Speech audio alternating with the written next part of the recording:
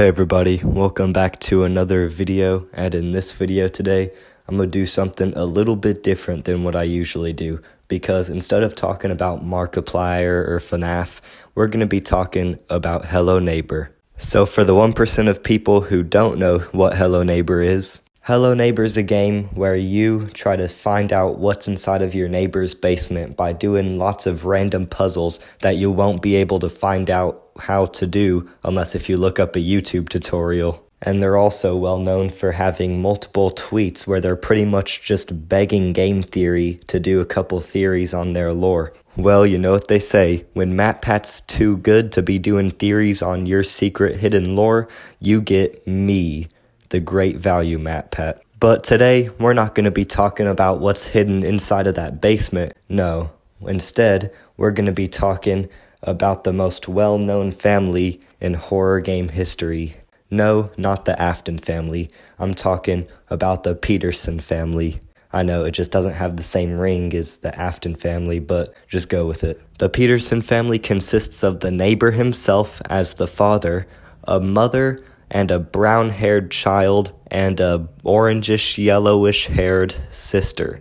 I know, still sounds like the Afton family, but I swear it is not the Afton family. But you gotta admit, the two families do look really similar. It's almost as if one already had an established, well-thought-out lore and timeline to it, meanwhile the other game just so happened to be like, hey, you know what? Adding secret vague lore will get MatPat to pay attention to us. I mean, I don't blame the said game that I'm not naming to want MatPat's attention. I mean, after all, he is pretty much like the king of YouTube at this point. But still, that's a pretty big coincidence. But anyways, I'm getting off topic. Let's go back to the Peterson family. So a quick side note just before we end up going into the really lore-heavy stuff. Mostly everything I'm going to be talking about in this video will be from the game Hello Neighbor Hide and Seek, which as far as I know is the earliest in the timeline.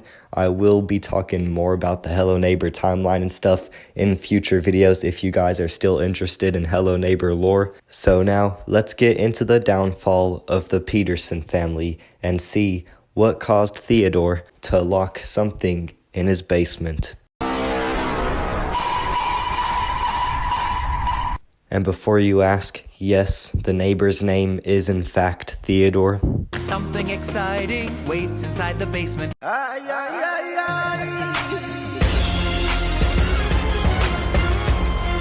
So the two siblings you play as throughout Hello Neighbor Hide and Seek are Aaron and Maya. They play together using their imagination. That's why whenever you're actually playing hide and seek throughout the game, you have these super crazy maps. Because it's all in Aaron and Maya's head. Even though the gameplay is them using their imagination, the cutscenes are canon in their universe. And boy, those cutscenes just reveal so much lore. You have the first Hello Neighbor game, which was super vague and you could barely tell what the overall story was. But then this next game, Hello Neighbor Hide and Seek, just outright tells you everything in the form of cutscenes. So every day at lunchtime, the mother goes into Aaron and Maya's room and tells them that lunch is ready. And they end up going there, they end up eating, and they end up having a good time as a family. But one day, the neighbor and his wife end up going to get groceries or something, and they don't make it back in time for lunch. This confuses Aaron and Maya because they're always back in time, but they don't think too much about it and just keep on playing.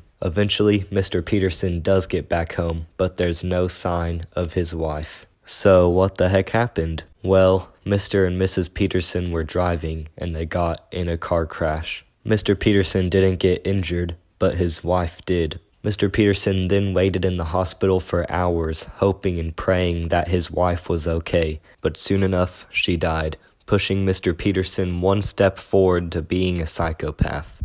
It didn't take Aaron and Maya too long to realize what was going on here, and that their mother was never coming back. But nonetheless, this didn't stop them from eating together, even if it did seem 2 times more depressing than it usually is.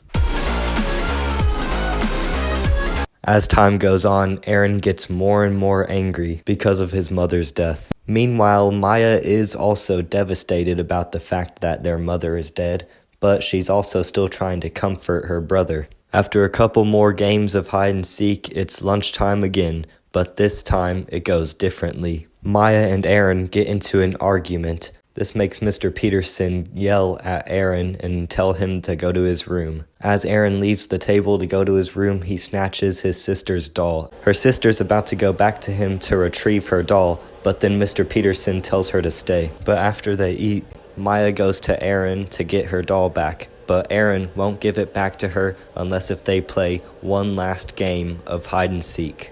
Little did Maya know that would be the last game she'd ever play. Because at the end of that game, Aaron pushes her off the roof of the house and she dies. The end. Thank you guys for watching. Make sure to like and subscribe, and I will see. But in all seriousness, those events are what caused Mr. Peterson to go mad. Well, either that or the fact that his name is Theodore made him go mad in the first place. I mean, like, come on, who wants to be named Theodore? But all of this brings up one last question. What happens next? What comes next? What happens to Aaron? Does he get in even more trouble, or does he go to prison, or like what happens pretty much? Well, I believe that Mr. Peterson ends up locking Aaron in his own basement, not only as punishment for murdering his own sister, but also so he doesn't lose his last remaining family member. And then timeline-wise at that point, we see the first 2 acts of the original Hello Neighbor game. Why only the first 2 acts and not acts 3 and 4? Well, I'm gonna explain that in a different theory.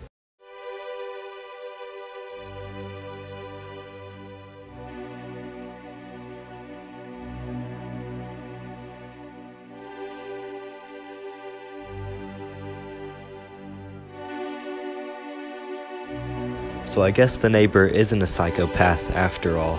He's just broken. Even though the loss of his wife and his daughter were both accidents, that doesn't mean they don't do a number on his mental health. I know I've been making fun of the Hello Neighbor lore throughout this video, but in all honesty, if you are a fan of the FNAF lore, then I do recommend checking out the lore behind the Hello Neighbor games as well. Even if the lore behind these games aren't as hard and complicated as the FNAF lore or the Markiplier timeline, they're still pretty interesting nonetheless. So with that said, thank y'all for watching. Make sure to like and subscribe if you did enjoy, and also make sure to comment what you want to see for the future of this channel. Whether it's Hello Neighbor, FNAF, Markiplier, whatever you want to see, I'll cover it. And I will see y'all in the next video. Goodbye.